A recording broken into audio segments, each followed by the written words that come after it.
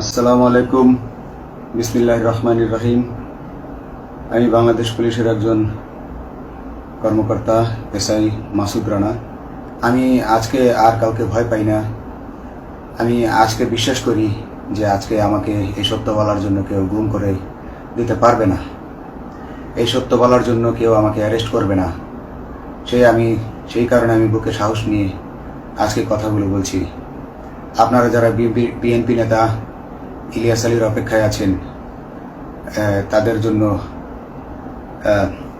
দুঃখজনক সংবাদ।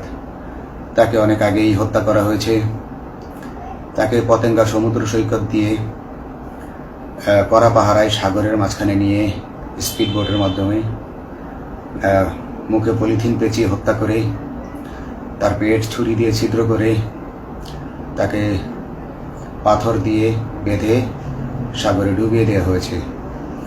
আমাদের মতো অনেক অফিসার আছি যারা এসব কুকর্মের সাক্ষী। আমরা সাক্ষ্য দেব।